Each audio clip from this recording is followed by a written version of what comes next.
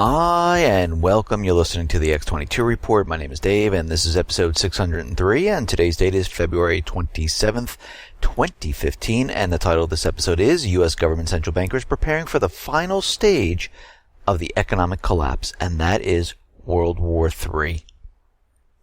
Let's get into the economic collapse news. Now, we understand that Greece has been dealing with the Eurogroup in Germany, and we understand they came to an agreement. Actually, the Eurogroup created the document, gave it over to Greece. The government said, okay, we agree with you, and they gave it back to them. And now the German parliament is out there saying, yes, we approve this. This is fantastic.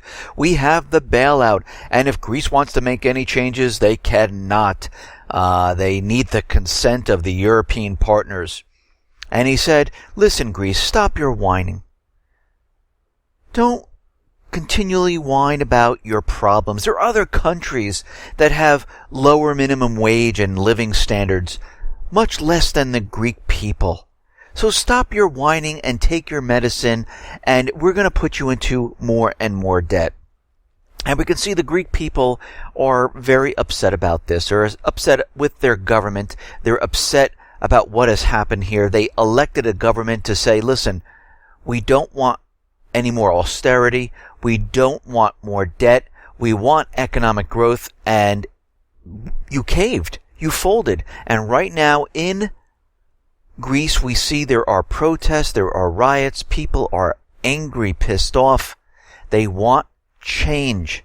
And if this government or any other government can't do it, they're going to find one that will. And eventually what's going to happen, they're going to be sick and tired of electing these governments, and they're just going to do it on their own and say, hey, we're done with this. But like I said in the past, Greece has now this 4-month period of time. And we can see that during this period of time, are they planning something different? Is there a plan to exit the Eurozone? Is there a plan to go with Russia or China or the BRICS system? And when we break it down and we look at the entire situation, we see many different things have happened. Greece warns right now that they might default on the IMF loan. The people are making a run on the Greek bank system. They're removing their cash. Syria agreed to the bailout, agreed to pretty much everything the Eurogroup wanted. And we can see that at this point, they've given themselves some time. So are they actually buying time to exit Europe, the EU? And we can see right now that they have designed a new Drachma bill. And Greece has printing presses poised to print it. Greeks are buying gold bullion right now. So the question is, what are they actually doing? I mean, Greece could get a bridging loan from Russia or the BRICS bank.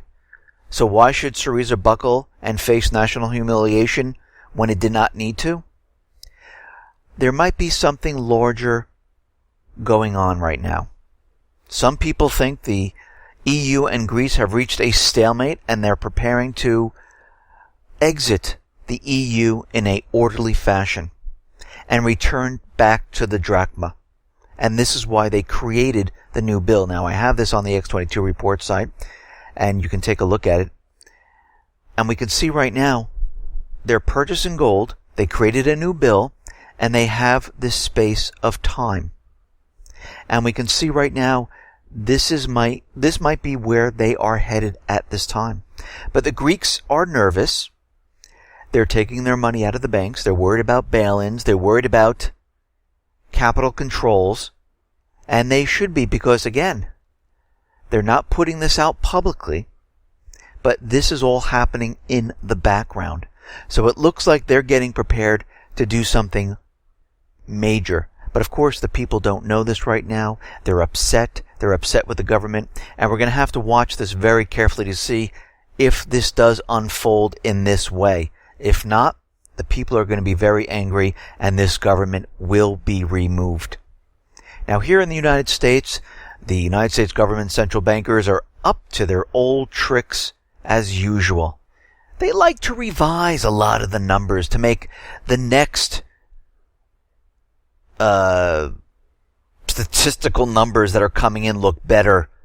And we can see right now that in the third quarter here in the United States, GDP, they pushed it up to 5%. And I think they believed that the fourth quarter, because of the holiday season, it was going to be incredible and GDP was going to skyrocket. Well, it didn't happen. GDP was half of the 5% because you have to remember back in the third quarter, they pumped in Obamacare to boost that up. And they revised the fourth quarter GDP from 2.64 down to 2.18% because they know the numbers coming in right now for the first quarter here are probably going to be horrific. And this is what they do. They continually revise the numbers to continually make it look like things are recovering. But we know they're not. This is a complete illusion.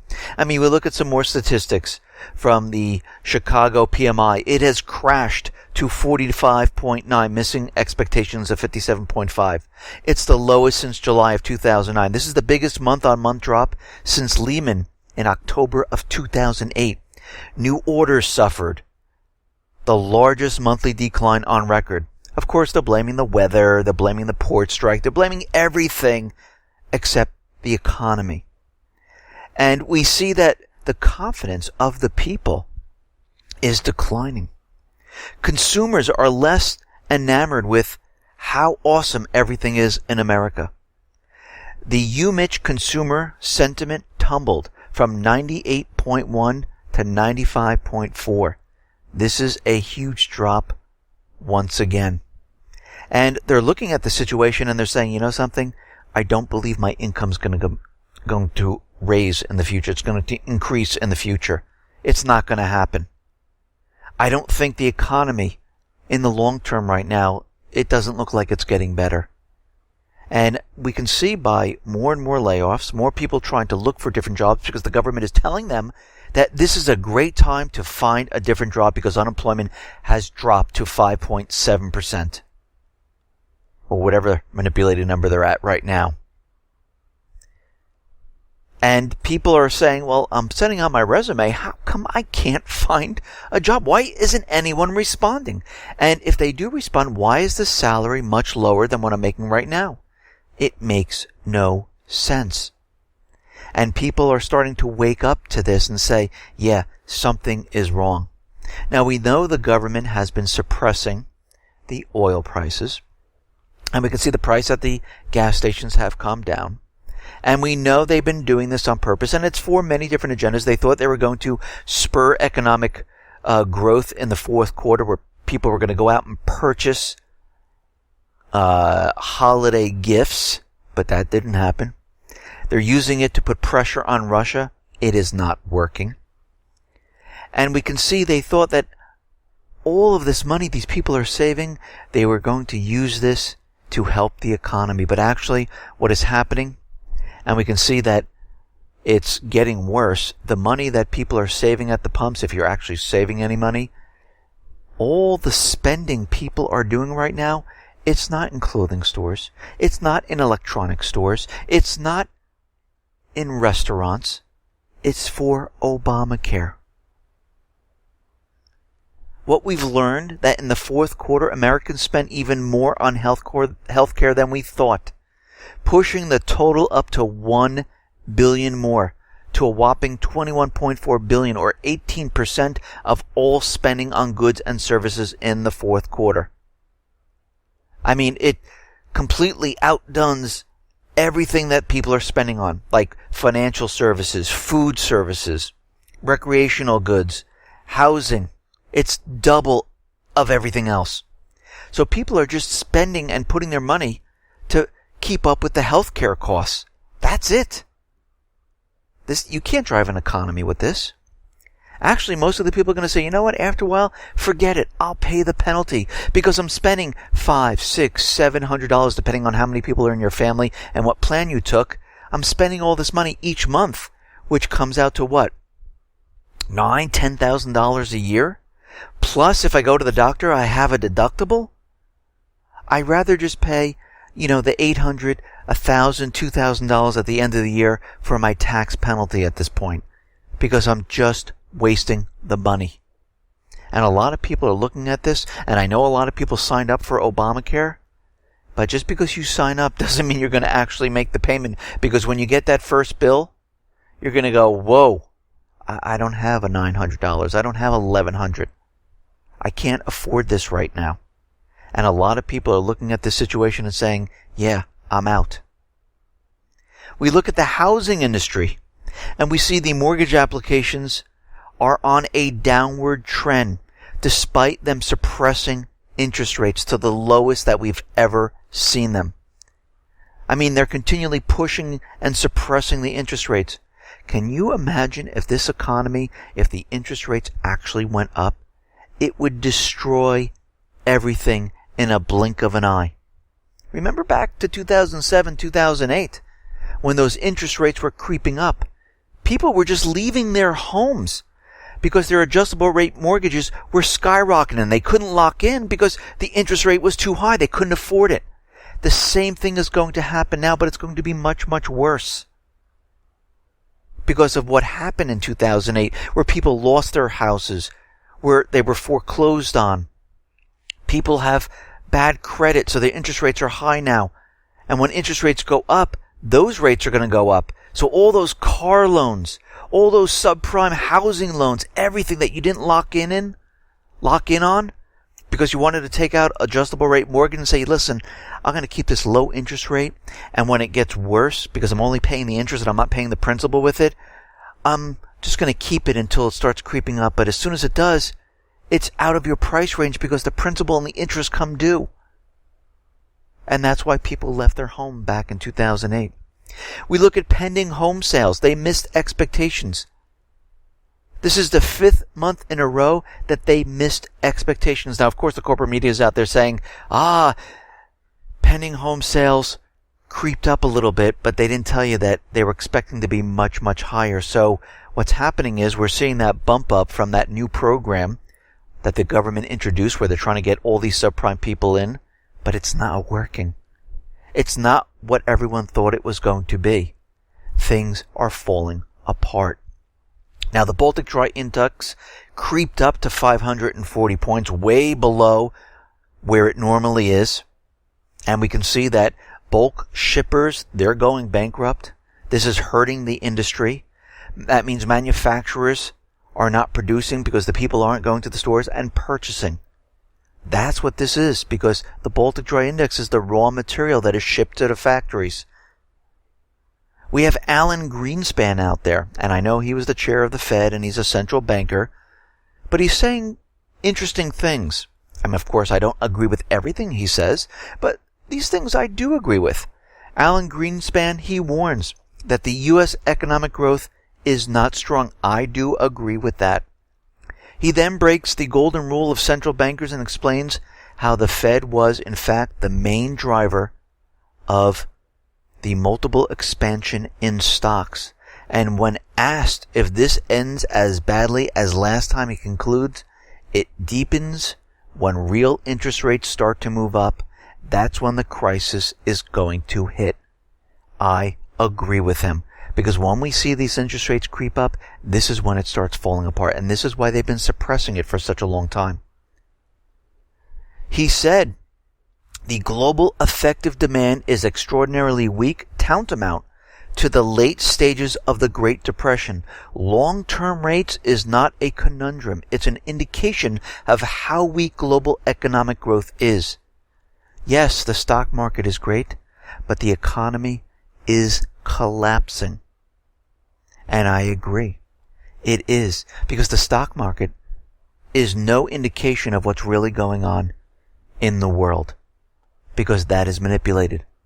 GDP, inflation, unemployment, those statistical numbers, all can be manipulated by the government. We're looking at other things to show us that, yes, the economy is not doing well. Like, for example, if the real estate industry is doing so well, would they lay off thousands upon thousands of people in their mortgage departments? Because you would expect all these people are going to purchase houses. Now, I can't believe that everyone has $200,000, $300,000, $400,000, $500,000 or more in cash ready to purchase their homes. It doesn't make sense. If the economy is doing so well, why do they need the subprime programs? To drag more people in. If the economy is doing so well, and college students can find jobs because they're all out there, why again are all these college graduates, why do they need to modify their loans? Because they can only find part-time jobs. Why are we seeing mass layoffs, and why are we a part-time working country right now? Why do they have to manipulate those people who are on unemployment, and when they're looking for a job and they haven't been on an interview for 4 weeks, they're not counted, even though they still want a job? Why do they count part-time as a job? If you have 2 part-time jobs, why do they count it twice? If you're in a part-time job and you don't work a certain number of hours and you are laid off, why aren't those people counted? These are the things that we're looking at. All the things that they don't want you to look at. They just want you to look at the stock market, the suppressed gold and silver. Well, let me bring up gold and silver for an instance. I mean, right now, we're seeing shortages and people purchasing gold and silver. Even the central banks in some countries are purchasing gold and silver. But they're keeping it suppressed here in the United States. They don't want anyone to know what's really going on. They don't want people to realize that's where they should be putting their money to protect themselves from what is coming. Now, in Russia, we understand Russia is creating Eurasian Economic Union to go against the TTIP. And it seems that India is looking at the Eurasian Economic Union, and Moscow is confirming that, yes, they will be joining the Eurasian Economic Union. Now, we understand that Russia also decided to create their own SWIFT system, ChronoPay, and other countries can join up with them. And we see the ECB governing council member is worried about this. Exclusion of Russia from SWIFT would be very problematic because it could potentially undermine confidence in the system as a whole. Right now, there's almost 91 domestic credit institutions that have been incorporated into the new Russian system. And as more and more join, they're going to leave SWIFT. And they realize this. The new service will allow Russian banks to communicate seamlessly through the Central Bank of Russia. And basically, as more and more countries look at this and say, oh, you know what, this is a better system. We don't have to worry about it because it's not pushed around because of because of governments pushing their political views on it and telling them what to do. A lot of countries are going to start switching over to ChronoPay. And they're going to leave SWIFT. And this is going to be a huge problem. They're saying that the SWIFT system could possibly collapse because of this, and they're worried about it. So we see many things happening all at once. We have the BRIC system. They created a bank that's going to rival the IMF, the World Bank. And we see Russia's created their own payment system. We see Russia and China making bilateral trade deals all around the world, setting up centers to help with the renminbi yuan.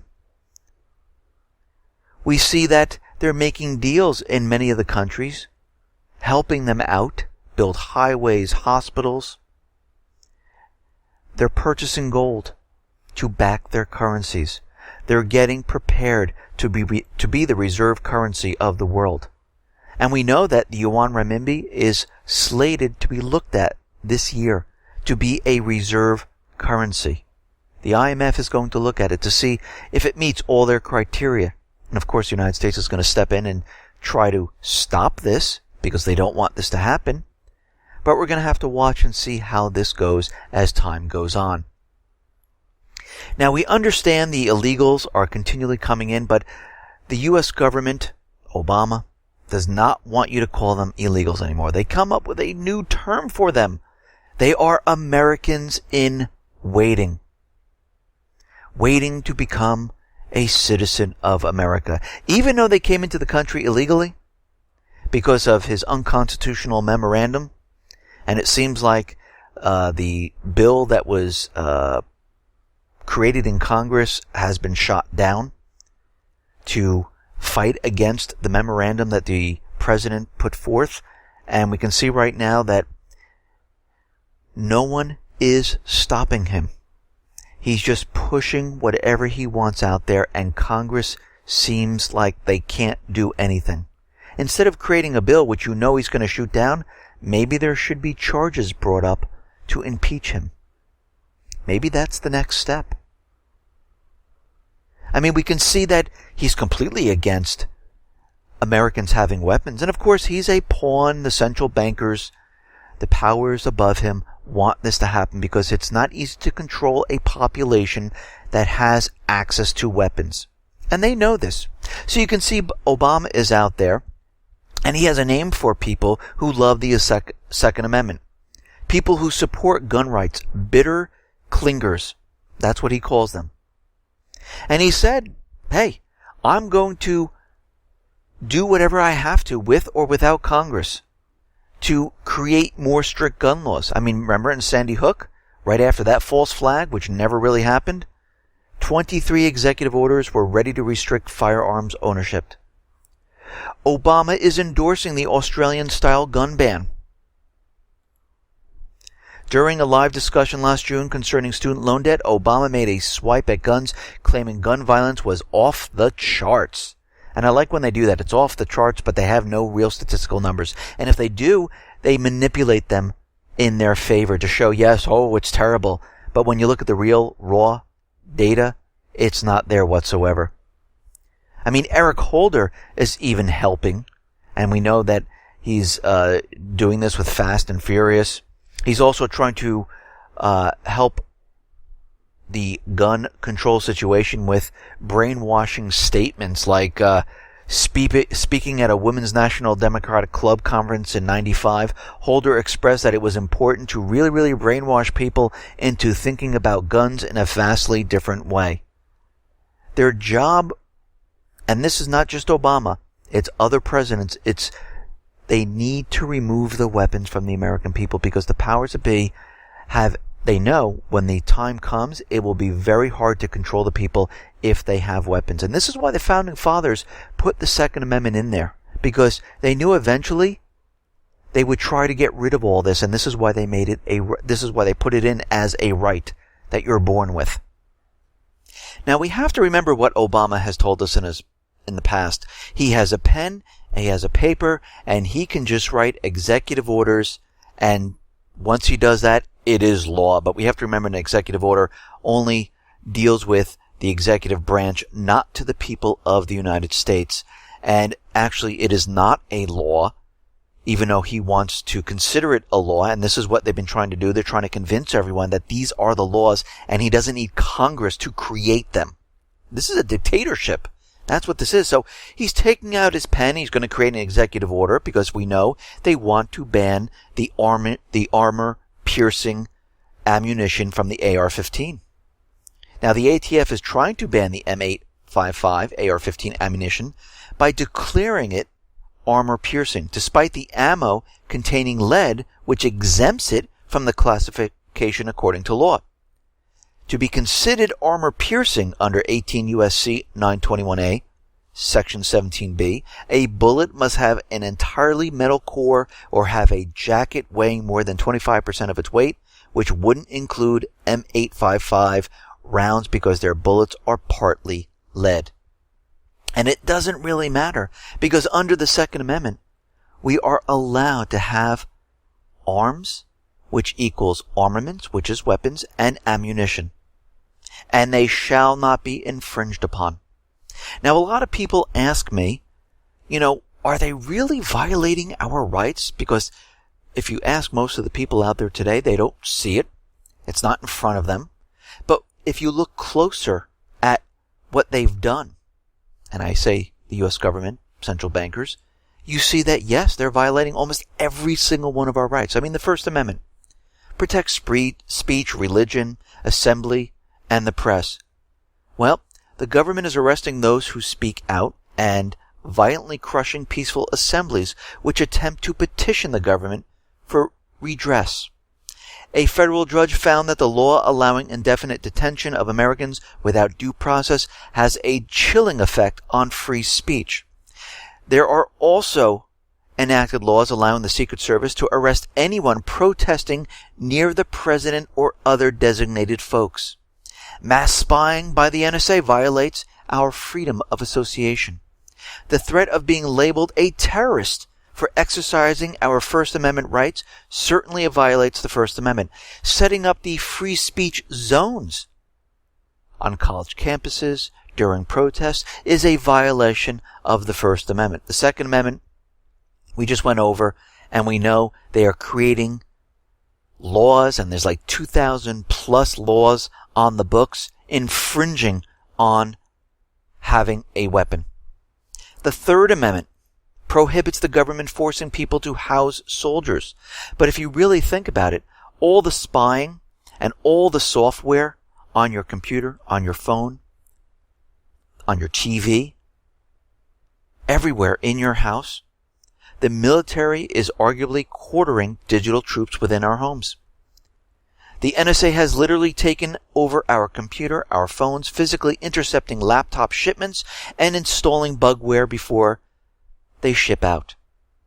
And we can see, again, violating our rights. The Fourth Amendment prevents unlawful search and seizure. And I'm just doing a little summary of each right. I'm not really going through the entire explanation of the right. You can read up on those. Basically, the Fourth Amendment, people, the police, like during the Boston lockdown, they just went into people's homes without a search warrant, violating the Fourth Amendment. They aren't allowed to enter your house unless they have a search warrant. But they forced people out of their homes with their hands on their heads, and they went right into their houses. When you get stopped in your car, if they believe there's something in there, and they have to have no proof whatsoever, they can start searching your car. It's a violation. The Fifth Amendment. The Fifth Amendment addresses due process of law, eminent domain, double jeopardy, and grand jury. But the American government has shredded the Fifth Amendment by subjecting us to indefinite detention, the NDAA, and taking away our due process rights. The government claims the right to assassinate or indefinitely detain any American citizen. An assassination that I'm talking about is a drone attack on an American citizen. They just killed the person. No due process. Look at what's happening in Chicago with the black site. People are taken in there. Violation of your rights. No due process. Tortured, beaten. Sixth Amendment guarantees the right to hear the criminal charges levied against us and to be able to confront the witnesses who have testified. Well, when we look at this, the NDAA violates that right. And what about the Stingray devices? They don't even want to turn them over. The judge had to force in one court proceeding the government to turn over the device, and what does it do? But they have to present all the evidence and show it. They didn't want to. They're just violating every single right. They don't care. The Seventh Amendment guarantees trial by jury, not with the NDAA, because they can take you away without a trial, without due process. The Eighth Amendment prohibits cruel and unusual punishment.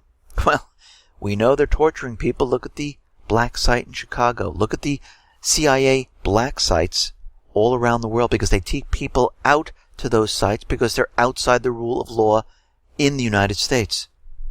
The gulags are outside the laws here. But if you're a citizen, if you're an American, those rights follow you around, and the U.S. can't do this, but they do anyhow. The Ninth Amendment provides that people have other rights, even if they aren't specifically listed in the Constitution. Yeah, but they don't care. They're infringing on all of our rights, and any others that we would like by creating all of these laws. The 10th Amendment provides the powers not specifically given to the federal government are reserved to the state or individual. Two of the central principles of the America's founding fathers are the government is created and empowered within the consent of the people. Number 2, it's the separation of powers. The government is threatening rather than protecting. A lot of people fear the government right now. They're afraid of the government. We've become more afraid of the government than of terrorists, and believe the government is no longer acting with the consent of the governed. And this is absolutely true. Look what the government is doing with the internet today, trying to control it. Look what they're doing with all of our rights. They're trying to strip them away, one at a time, convincing everyone that you have no choice about this. Teaching our next generation that you really don't have rights, but you have privileges where the government can take them away at any time. They're molding what they want. But we need to stand up and say, no, you're not going to do this. You're not going to convince everyone that we don't have these rights. And if you are, this government is not working with the people anymore. It's working against the people. And we don't consent to this because they signed a contract. We, the people, and they're not following along on the contract. So they're in violation of the entire contract. And they need to be removed. And I'm not saying it by force. I'm saying we need to come together as a people and say, we've had enough. You're working for the central bankers. You're doing everything in your best interest. You're not working for the country anymore. You are no longer working for the people. It's time to step down. And we don't need 1,000 people. We don't need 10,000. We don't need 100,000. We need everyone out there, millions of people surrounding Washington. Because when you have millions, there's nothing they can do. Yes, they can bring out the armed forces, but when there's millions, they're stuck. And they know it. And this is why they're trying to get the weapons away from the people. This is why they're trying to convince the people of that you have no rights, that they can control you. They can do whatever they want, whenever they want. And we can see, as time goes on, it's getting worse and worse. And there's going to come a point where people are going to say, we can't do this anymore. And when this happens, we're usually at the end game, and we need to stop this before we're at the end game. And this is why I've been doing this, to get the word out, to show people. You don't have to believe me. You can look it up on your own. You can go out there and take a look. If you want to read more about what I just said, you can go to Washington's blog. This is where this article came from. It was very good, very well written, and you can take a look at that. Now, as we know, the Ebola situation has calmed down quite a bit. We see some of the soldiers are returning from Liberia, Senegal, and all these different places, but they're leaving troops there. They set up thousands upon thousands of corporate people ready to do business in this area, and this was what it was really all about. The other agenda they had is vaccines of Ebola. And we can see right now that human clinical trials are going to begin for ZMapp. The U.S. National Institute of Allergy and Infectious Diseases launched clinical trials in the United States and Liberia to obtain data on whether the investigational drug ZMapp can treat Ebola. Now, I wouldn't be surprised if all of a sudden we see more news just coming out that Ebola is on the rise once again. Because what they did in the first phase is to convince everyone that Ebola is being spread all over the place. Then it died down. Because now they got the money, they got the ability to push their testing, create their drug, and now they're ready to go. And I wouldn't be surprised if all of a sudden the next couple of weeks, as the warmer weather comes in, we see the news about Ebola, how it's getting worse, how it's spreading. Remember when the CDC came out with their computerized models of Ebola? They did this with the swine flu, with the flu, with pretty much everything. And they told us at this point in time, there was going to be millions upon millions of people infected. What happened? Absolutely nothing. And this is how you know this is part of their agenda. Now, out in Ukraine, we see China is now siding with Russia. Chinese ambassador to Belgium was quoted as blaming competition between Russia and the West for the Ukraine crisis, urging Western powers to abandon the zero-sum mentality with Russia. And they are now on the side of Russia, and they are backing them. We see in Ukraine had to pay a gas bill. Well, they paid a small portion of it. They paid Gazprom about $15 million for their gas delivery. At current levels, the prepayment covers 1 day of gas consumption and will be spent by Tuesday. The relatively small prepayment suggests Kiev is buying time before the trilateral talks in Brussels on March 2nd. So they're just paying a little bit at a time, trying to get everything squared away where they can get fuel from other areas and do away with Russia completely and not even pay them. They really don't want to pay them whatsoever. So Gazprom is considering to split and separate the gas supplies to Ukraine. One is going to be for the Donbass region with the southeastern region and those people, and the other is going to be for Ukraine. Because if they shut it off completely, it's for the entire country of Ukraine. So this way they can separate it, and they can still have the southeastern people getting gas. Now, Ukrainians are getting very, very nervous. They are dumping their currency. They're going on shopping sprees. They're trying to get everything they possibly can because the value of their currency is declining every single day. This is hyperinflation, and they're getting nervous, and they're just dumping it, buying the products, because pretty soon it will be worth absolutely nothing. And they know this, and this is going to happen in Europe. It's going to happen here in the United States, because what's going to happen is when these central banking systems, the private Western central bank system, starts collapsing, people are going to look and see that the value of the currency is going to drop, because the countries around the world will no longer need to keep the dollar in reserves, because these other countries are going to sell their oil not using the dollar. And eventually, China most likely will be the reserve currency of the world.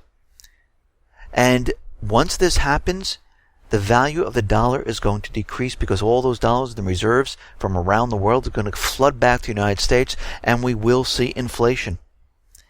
And this is why you need to protect yourselves. And this is, of course, when everything is going to happen here in the United States, where they're going to have capital controls.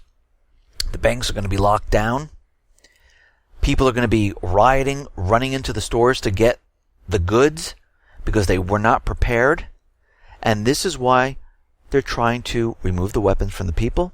This is why they're trying to control the people by having DHS, nationalizing the police force, doing whatever they need to do, because they realize when the time comes, they're going to have to control everyone.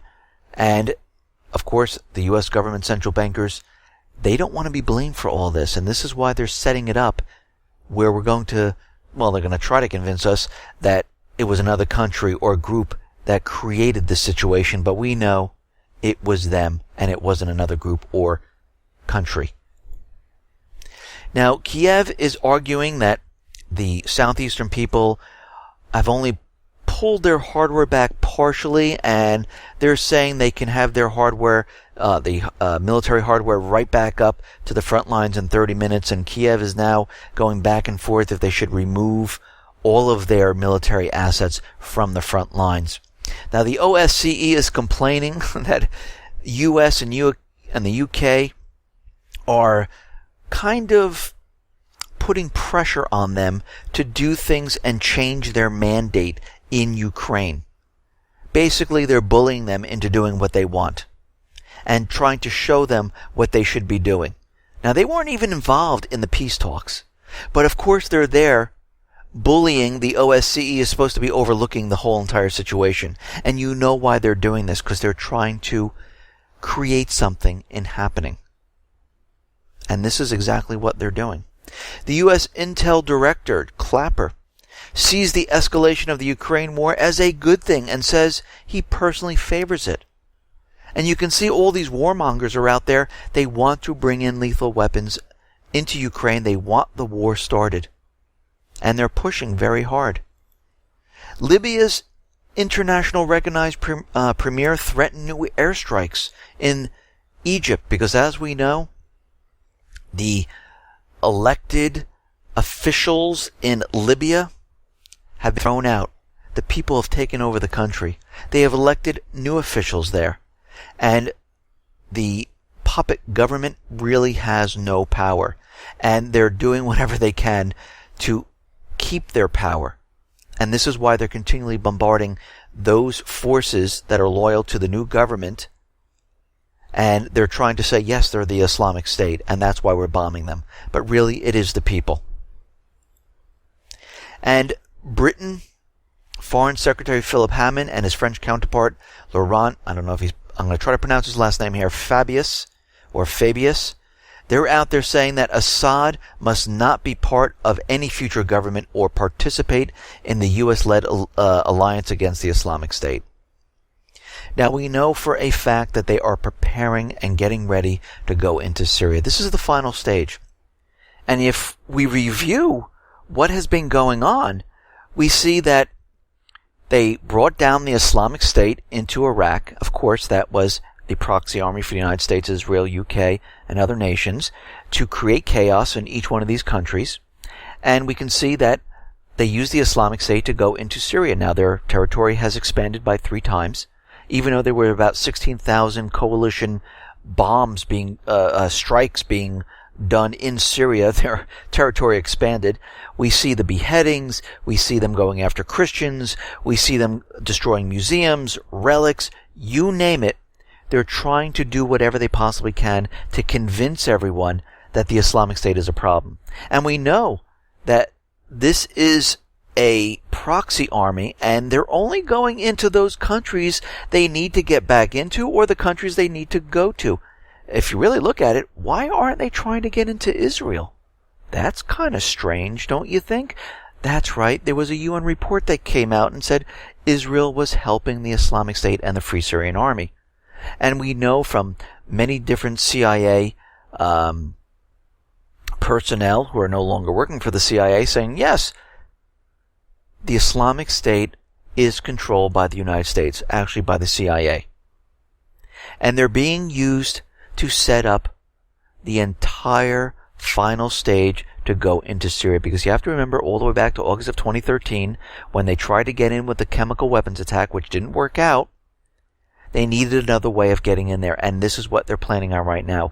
They're massing a huge amount of weapons in Kuwait. They're being brought into Iraq. Troops are now being funneled into Iraq, into Kuwait. The coalition is growing. There's a lot of boots on the ground. They have an air base set up in Iraq, very close to Syria, so they can mount attacks right into Syria. They have division headquarters set up, about 30,000 troops. The training has already started with the Free Syrian Army, then defects to the Islamic State. They've been dropping weapons to the Islamic State, helping them out. This is all getting prepared for the end. And we're getting closer and closer. And we can see it's just a matter of time. Because as soon as that authorization for war is pushed through, it's the green light. It's go time. World War III. Everything has been set up. Now, will it happen tomorrow? No. It will happen down the line. Because as you can see, they are very meticulous. They make sure they're doing everything they need to do. They make sure they're convincing the American people. Yes, sometimes they mess up. They're not perfect. They're still humans. And they're trying to convince everyone, and it's a slow progressive, step-by-step process, and this is what they've been doing all along. And as sooner or later, we are reaching the end point here where they're going to give the green light and it's go time. And of course, they've been warning us of these lone wolf people floating around the United States. They can't keep track of them, of course. The FBI director is out there, the one that continually manufactures terrorist plots and then arrests the people after they've been set up. He's saying the presence of the Islamic State in the United States can be felt in all 50 states. This is according to the director of the FBI. He was reporting this to the National Association of Attorneys General that the Islamic State is chaotic spiderweb that uses social media to radicalize people across the United States, and they're all ready to strike whenever they get the green light. And we know this is an inside job because we know what they're going to do. They're going to create a false flag, and everything has been pre-positioned. I mean, we talked about lone wolves going way, way back, and here we are today. We know DHS is going to be funded once again. It looks like they're putting in a partial bill to fund them, but their warnings are still coming out there. The FBI is saying, oh my God, there's a new catastrophic aviation threat, thermite.